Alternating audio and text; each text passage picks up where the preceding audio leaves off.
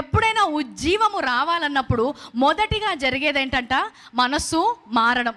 రోమీలకు రాసిన పత్రిక 12వ అధ్యాయం 2వ వచనంలో కూడా అదే చెప్తాడు. ఏంటంటే, మీ మనస్సు మారి రూపాంతరము పొందుడి అంటాడు. మారు మనస్సు పొందాం కదా బాప్తిజం తీసుకున్నప్పుడే, మళ్ళీ మనస్సు ఎందుకు మార్చుకోవాలి? ఎందుకంటే ఈ లోకంలో ఉన్నప్పుడు రోమీలు 12లో అదే అధ్యాయంలో వచనం ఏంటంటే, మీ ఆలోచనలు, ఈ లోక సంబంధమైన ఆలోచనలు మనకు ఉంటాయి.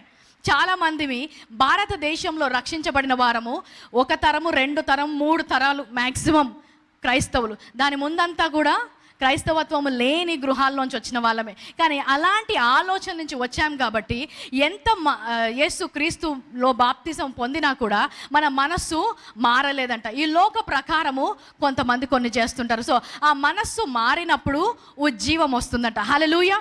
చాలాసార్లు మనస్సు మార్పు గురించి మనము మర్చిపోతాం. ప్రార్థన చేయడం ద్వారా ఉజ్జీవం వస్తుందా?